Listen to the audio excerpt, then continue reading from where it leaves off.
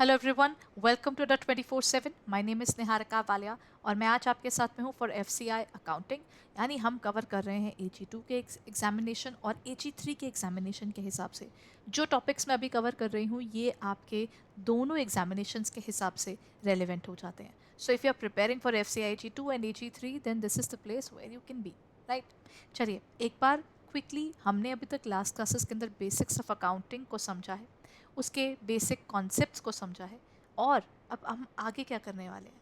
आज हम डिस्कस करेंगे उन्हीं टॉपिक से जुड़े कुछ MCQs। हमने ओके, आपका क्वेश्चन क्या कहता है? क्वेश्चन कहता है कि among the following which is not a revenue expenditure, इनमें से कौन सा एक रेवेन्यू एक्सपेंडिचर नहीं है? Maintenance of fixed assets, administration of the business, selling and distribution expenses और the last one installation of fixed assets. जब हम बात करते हैं इनकी तो मेंटेनेंस ऑफ फिक्स्ड एसेट्स क्या होता है? हमारे पास फिक्स एसेट्स को मेंटेन करना is a part of the capital expenditure और द रेवेन्यू। देखिए, जो भी चीज़ जिसमें हमारा रेवेन्यू एक्सपेंडिचर क्या होता है, ये वो एक्सपेंडिचर होता है जो हमारे बिजनेस को चलाने में मदद करता है। तो टेक्निकली जब हम उसको मेंटेन कर रहे हैं, हम कुछ नया बना तो नहीं रहे ना, जो चल रहा है हम उसी को और इम्प्रूव कर रहे हैं। तो यानी मेंटेनेंस एक्सपेंडिचर क्या होगा? वो तो रेवेन्यू ही हुआ। फिर बात करते हैं एडमिनिस्ट्रेशन की।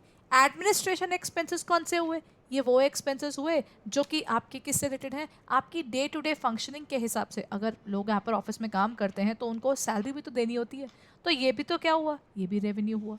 फिर हमारे पास नेक्स्ट आ जाता है सेलिंग एंड डिस्ट्रीब्यूशन एक्सपेंसेस। ये कौन से एक्सपेंसेस हो गए?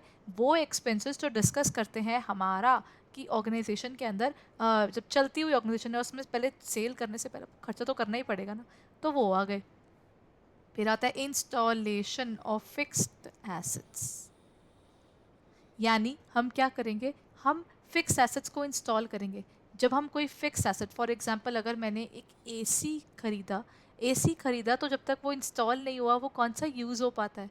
तो टेक्निकली फिक्स्ड एसेट के साथ में जब तक आप उसके इंस्टॉलेशन चार्जेस जो कि हमारे पास क्या रहेंगे, कैपिटलाइज नहीं होंगे, तब तक हमारी वो वैल्यू कंप्लीट नहीं होती। सो सिंपल सा क्वेश्चन, इनमें से कौन सा रेवेन्यू एक्सपेंडिचर नहीं है? फर्स्ट वाला है, सेकंड वाला है, थर्ड वाला है, जो फोर्थ वाला है वो एक कैपिटल एक्सपेंडिचर है। So the correct answer is installation of fixed assets. Now moving on, among the following which is not a capital expenditure. पहला रेवेन्यू था। रेवेन्यू में क्या होता है? जो आपके डे टू डे के ऑपरेशंस को मेंटेन करने के लिए आप खर्चे करते हैं, उनको डिफाइन करते हैं एज रेवेन्यू। जब हम बात करते हैं कैपिटल एक्सपेंडिचर की, तो capital expenditure refers to that expenditure which is incurred because of what? The capital expenditure is the expenditure which is incurred and जिससे हमारा या तो कोई लाइबिलिटी एक्सटिंग्विश हो रही है यानी खत्म हो रही है, और कोई जो एसेट है, अगर हमारा कोई एसेट बन रहा है, उसको हम डिफाइन कर देते हैं। अब इनमें से कौन सा कैपिटल एक्सपेंडिचर नहीं है? Annual subscriptions in of the clubs and associations, cost of lease hold land and building, cost of purchase goodwill और preliminary expenditure. Preliminary expenditure actual में ना इसमें ना एक दिक्कत है, ये एक डेफर्ड रेवेन्यू एक्सपेंडिचर है। कैपिटल तो ये भी नहीं है और पहला भी नहीं है, यानी एनुअल सब्सक्रिप्शन जो है this is basically not a capital expenditure. ये दोनों है।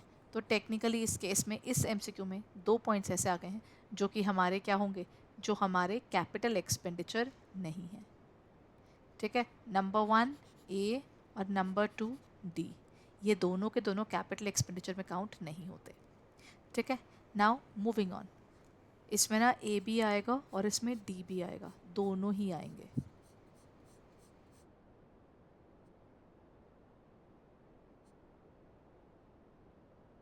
ओके, चलिए अब after the business transaction has occurred, business transaction हो चुकी है, journal entries are recorded in the, journal entries कहाँ रिकॉर्ड होंगी? जनरल लेजर में, जनरल जर्नल में, एक्सपेंस अकाउंट में या फिर बैलेंस शीट में? कहाँ पर रिकॉर्ड होती है? बैलेंस, आप जो बिजनेस ट्रांजैक्शन हो चुकी होती है उसके बाद जो जर्नल एंट्रीज होती हैं वो रिकॉर्ड की जाती हैं in the general journal. General ledger में नहीं जाती क्योंकि पहले जो भी ट्रांजैक्शन है वो जर्नल में नोट होगी ना। एक्सपेंस के अकाउंट हो नहीं सकता बिकॉज बहुत सारे अकाउंट्स होते हैं, रियल भी हो सकता है, पर्सनल भी हो सकता है, नॉमिनल भी हो सकता है। और उनमें से भी देखा जाए तो कितने इनकम है, एक्सपेंस है, कैपिटल है, ड्राइंग्स है, इतने सारे अकाउंट्स के हिसाब से हम एक्सपेंस का कैसे बोल सकते हैं। और जर्नल के बाद बिल्कुल बाद में बैलेंस शीट कभी नहीं बनती, तो इसका मतलब ये भी वहाँ से बाहर था। और बिना जर्नल के लेजर्स कभी बनते नहीं हैं अनटिल और अनलेस हम सब्सिडरी बुक्स ना बना रहे हो। सब्सिडरी बुक्स को हम बना रहे हो तो वो हो सकता है, लेकिन अगेन यहाँ पर जनरल लेजर है तो वो भी काउंट नहीं होगा। इसका correct answer is general journal. So the correct answer is general journal. Again, next question. Which of the following account with normal balance is shown at the debit side of the trial balance? इनमें से कौन सा है जो debit side of the trial balance पर दिखता है? Creditor का account, unearned income account, rent income या फिर कैश अकाउंट?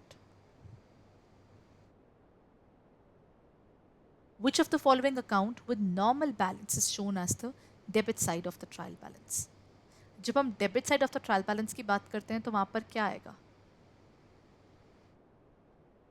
क्रेडिटर का अकाउंट, अनअर्नड इनकम का अकाउंट, रेंट इनकम का अकाउंट या कैश अकाउंट? देखिए क्रेडिटर एक लाइबिलिटी होती है तो ये ऑलरेडी क्रेडिट साइड आइटम होती है।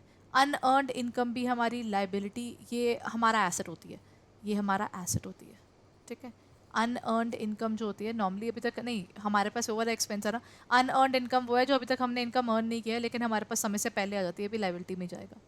ठीक है, उसके बाद हमारे पास नेक्स्ट आ गया रेंट इनकम अकाउंट, ये इनकम है तो मतलब ये तो क्रेडिट में ही जाएगी। सो यहाँ पर जो हमारे पास एक अकाउंट है जो कभी नेगेटिव नहीं होता, that is cash account. Cash account में कभी नहीं बोल सकता कि मेरी जेब के अंदर -200 रुपीज़ पड़े हैं, कभी भी नहीं। इसका मतलब जो कैश है उसका अकाउंट हमेशा कौन सा होगा? It would always be a debit balance. So the correct answer to this question would be debit balance of cash account. यानी हमारे पास जो कैश अकाउंट होता है वो हमेशा सिर्फ और सिर्फ डेबिट में रहता है। Among these statements, which one is incorrect regarding journal entry? इन सब स्टेटमेंट्स में से कौन सी स्टेटमेंट इनकरेक्ट है रिगार्डिंग द जर्नल?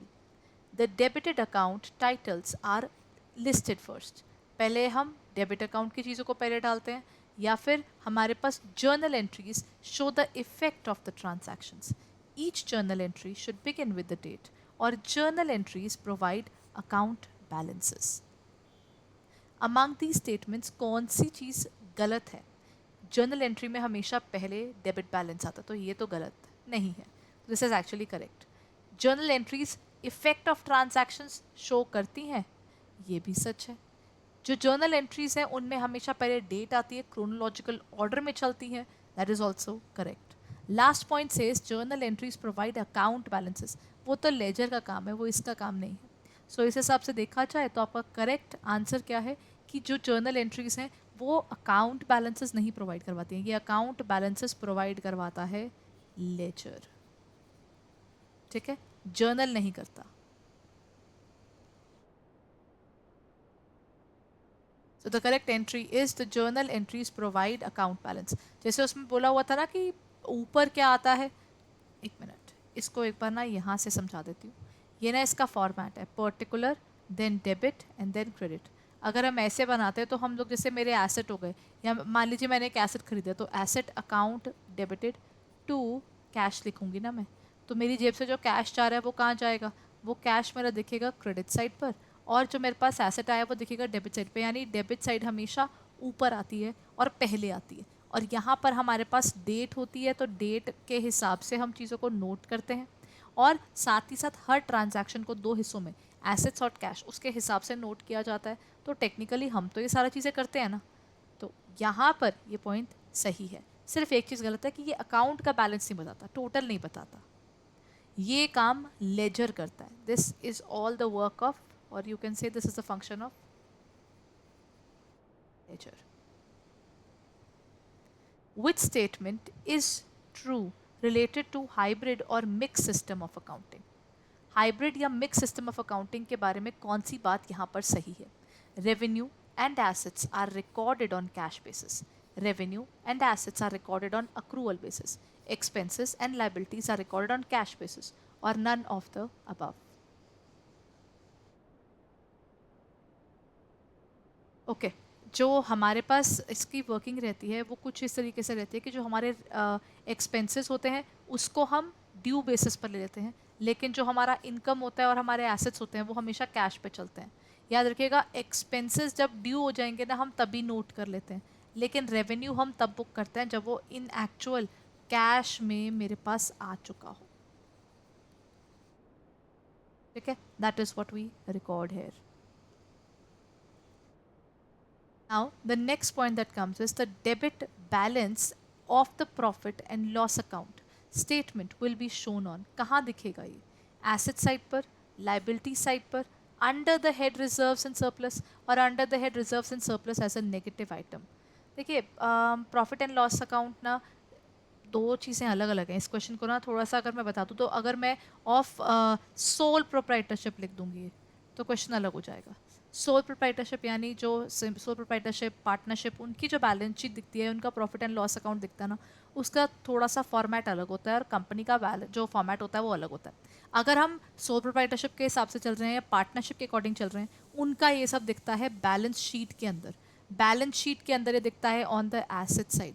लेकिन अगर यहाँ पर बाय चांस मैं कंपनी लिख दूँ ना तो आपका जो बैलेंस हो जाता है ना वो अलग हो जाता है.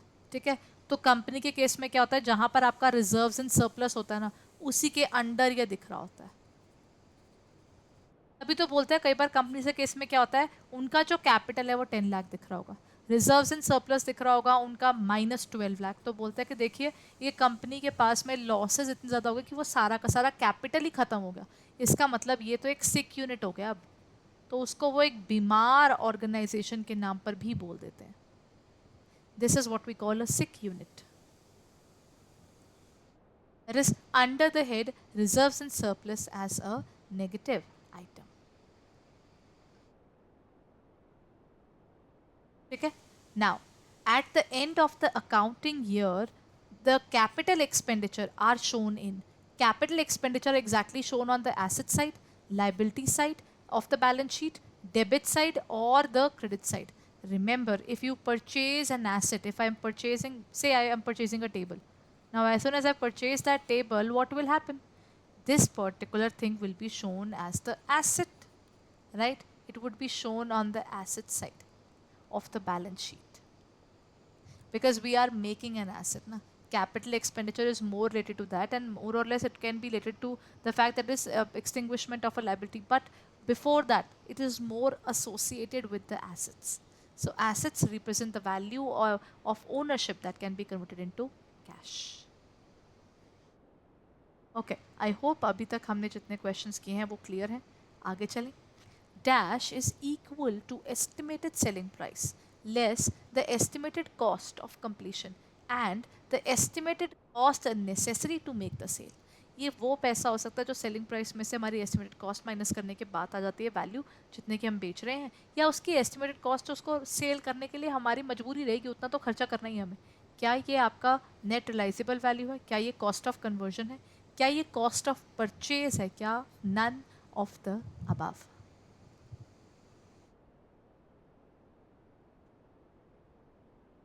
चलिए, जब हम बात करते हैं नेट रिलाइजेबल वैल्यू की ना, वो यहाँ पर इसका आपका आंसर आता है. एक्चुअली ये वो पैसा है जैसे ना कि अगर हम मार्केट में इस चीज़ को आज लेकर जाएं, आज अगर हमारा कोई स्टॉक है हमने खरीदा, उसकी वैल्यू मार्केट में आज गिर गई है, तो जितनी उसकी वैल्यू हो गई है ना हम उसी के हिसाब से उसको नोट करके चलते हैं. So in this case the correct answer here would B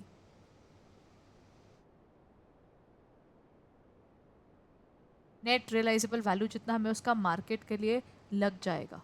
ठीक है, वैसे इसकी क्वेश्चन की ना अभी भी जो क्वेश्चंस की लैंग्वेज है वो थोड़ी सी वेग है, क्योंकि इसके साथ में मैं ना ये भी बोल सकती हूँ कि सेलिंग प्राइस में से estimated cost of completion minus कर दी जाए और उसके बाद यह हम बोलते हैं उसको कि एस्टिमेटेड जो कॉस्ट है जितनी लगनी ही लगनी है उस चीज़ को सेल करने के लिए, तो हम उसे कहीं ना कहीं कॉस्ट ऑफ कन्वर्जन से भी जोड़ कर देख सकते हैं.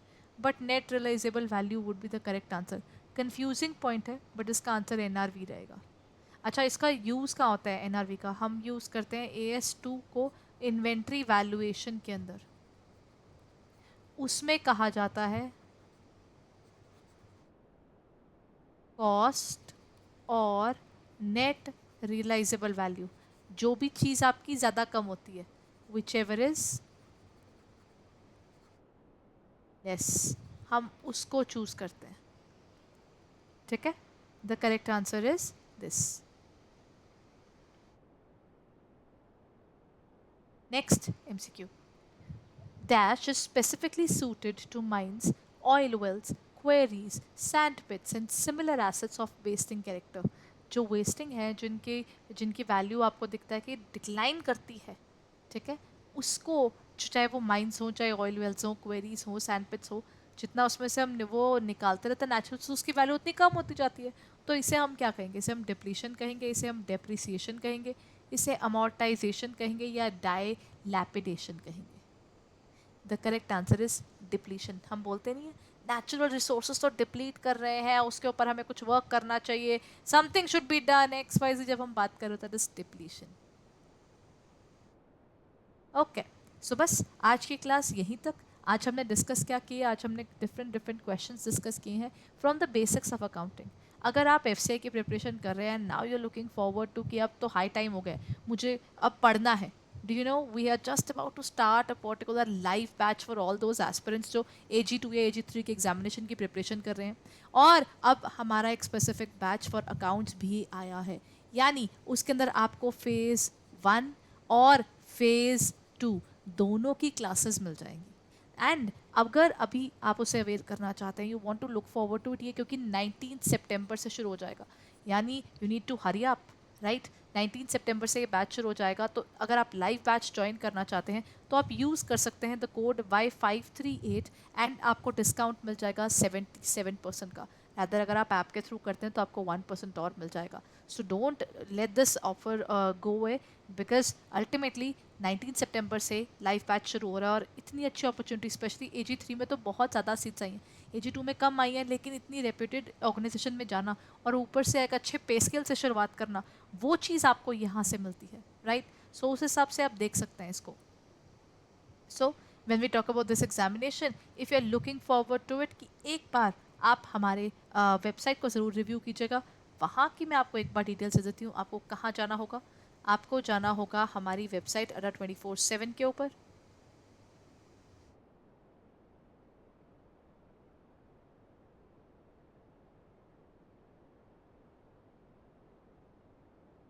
चलिए एक बार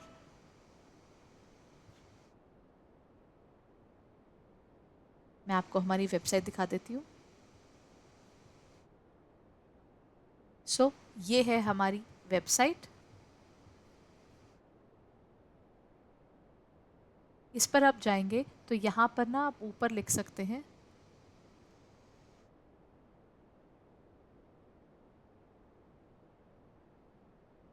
जस्ट राइट। वैसे अगर आप नहीं भी लिखेंगे ना, यहाँ बाहर ही आपको दिख जाएगा। Let me show it to you. यहाँ पर आप फ्रंट पेज पर ही होंगे ना। सो ये रहा आपका FCI AG3, ठीक है। FCI AG3 आपको बिगनिंग में ही दिख जाएगा और यहाँ पर आप नीचे आएंगे। सो यहाँ पर नीचे ही आपके पास में just click on the area of view all.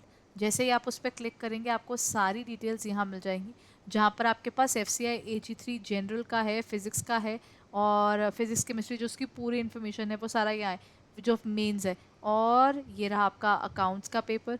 यहाँ पर जाकर आप देख सकते हैं ओवर मोर देन 180 आवर्स की आपके पास क्लासेस अवेलेबल हो जाएंगी। प्लस फेज़ 1 और फेज़ 2 कंप्लीट आपको यहाँ पर मिल जाता है, जिसमें maths, reasoning, English, GS, then current affairs, computer as well as accounts, ये सारे इसमें कवर हो जाते हैं। और हमारी जो जो फैकल्टी जहाँ जहाँ पढ़ा रही है उन सब की डिटेल्स आपको यहाँ पर विजिबल हैं। बस आपको करना क्या है, आपको क्लिक करना है बाय नाउ के ऊपर और यहाँ पर जाकर आप यूज़ कर सकते हैं कोड Y538। और जैसे आप उसे अप्लाई करते हैं आपको मिल जाता है डिस्काउंट 10,779 रुपीज़ का। तो उस हिसाब से आपको ये पूरा कोर्स पड़ेगा ₹3,219.77 पैसे के हिसाब से, यानी आपका ये डिस्काउंट और डिस्काउंट और बढ़ जाएगा और आपकी वैल्यू जो देने वाली होगी वो और कम हो जाएगी by just looking forward to the pack in time. So why to leave this good opportunity? Time से पहले ज्वाइन कर लीजिए और 19 सितंबर से रेगुलर लाइव क्लासेस अटेंड कीजिए, right? So in any case अगर आप इसके बारे में और कुछ जानना चाहते हैं तो सबसे पहले हमारी ऐप डाउनलोड कर लीजिए, आपको वहाँ से इसकी पूरी इन्फॉर्मेशन मिल जाएगी। साथ ही साथ आप हमारी वेबसाइट पर जाकर भी इसकी फर्दर डिटेल्स देख सकते हैं। So kindly go ahead and check it out. और आपको मैं मिलती हूँ मंडे ट्यूसडे देन वेडनेसडे के ब्रेक के बाद Thursday Friday for our FCI accounting batch. So keep on learning. और अभी मैंने पिछले क्लास के अंदर ना स्पेशली पूरा FCI का जो AG2 और AG3 का अकाउंट्स का सिलेबस कंपेयर किया है, तो प्लीज़ उसको देखना ना भूलिएगा। Thank you.